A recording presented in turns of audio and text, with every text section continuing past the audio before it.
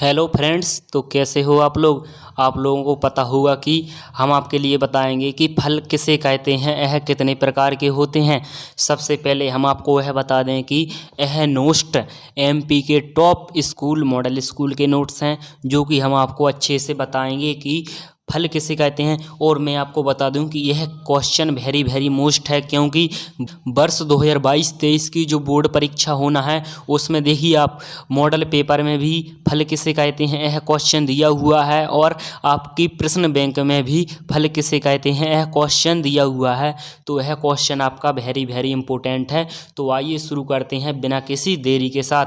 देखिए दोस्तों, फल किसे कहते हैं, यह कितने प्रकार के होते हैं, तो मैं आपको बता दूं। देखिए फल यानी कि फ्रूट, तो आपकी इसकी परिभाषा पढ़ लीजिए। देखिए, पौधों के पुष्प में यानी कि पौधों के पुष्प में परागण और निषेचन की क्रिया के बाद पुष्प का अंडाशय परिवर्तित होकर यानी कि पुष्प का अंडाशय परिवर्तित होकर फल का निर्माण करता है, अर्थात परिपक्व अंडाशय को फल कहते हैं। तो आप लोग समझ गए होगी कि फल की परिभाषा इस प्रकार होती है।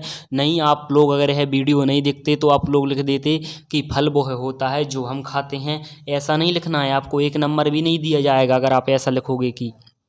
तो देखिए, आप लोगों को पता पड़ गया होगा कि पुष्प के परागण और निषेचन की क्रिया के बाद पुष्प का अंडाशय परिवर्तित होकर फल का निर्माण करता है। पुष्प का अंडाशय परिवर्तित होकर फल का निर्माण करता है, अर्थात परिपक्व अंडाशय को फल कहते हैं। तो अब हमें देखेंगे फलों के प्रकार, यानी कि फल कितने प्रकार के होते हैं। तो देखिए दोस्तों, अब हम देखेंगे फलों के प्रकार, यानी कि फल 4 प्रकार के होते हैं। मैं आपको बता दूं कि फल 4 प्रकार के होते हैं। सबसे पहले आ जाएंगे हम सत्य फल, यानी कि ट्रू फ्रूट। तो देखिए, सत्य फल क्या होता है। अंडाशय से विकसित होने वाले फलों को सत्य फल कहते हैं, यानी कि जो अंडाशय से विकसित होते हैं वो फल सत्य फल कहलाते हैं। देखिए, इसके लिए आपके लिए एग्जाम्पल बता दें हम लोग। एग्जाम्पल में आ जाएगा आम, पपीता, अमरूद आदि।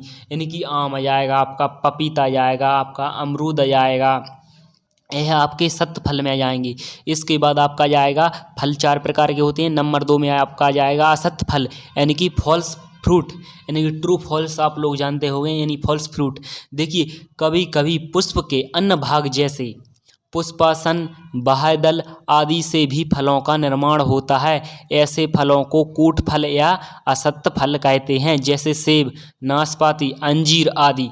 तो दोस्तों, आपको पुष्पासन, बाह्यदल अगर आपको यह पता नहीं है तो हमने इसका वीडियो पहले अपलोड कर चुके हैं एक प्रारूप पुष्प के बारे में। तो वो वीडियो आप लोग देख लोगे तो आपको पता पड़ जाएगा कि पुष्प के 4 अंग होते हैं: बाह्यदल, दल, पुंकेसर, स्त्रीकेसर।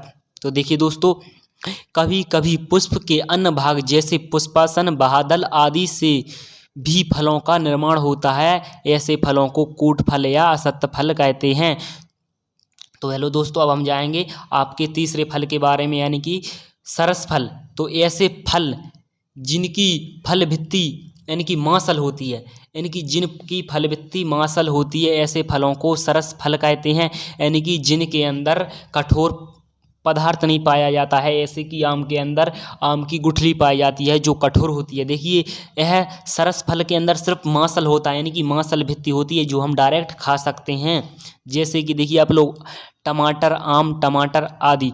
देखिए, अगर हम लोग गुठली फेंक देंगे तो सिर्फ मांसल भित्ति बचेगी, जिसको हम आसानी से खा सकते हैं। तो देखिए, इसके बाद आ जाएगा आप लोगों का शुष्क फल।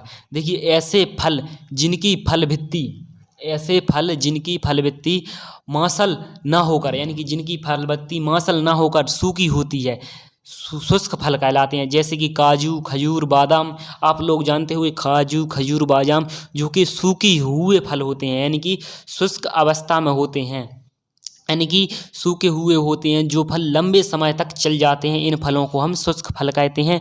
तो दोस्तों, हम लोगों ने आपके लिए बहुत कम समय में पूरा समझा दिया है फल किसे कहते हैं।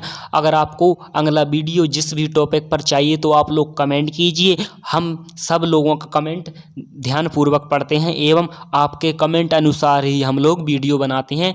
तो मिलती हैं इसी नेक्स्ट टॉपिक में आपके कमेंट के अनुसार। तब तक के लिए जय हिंद।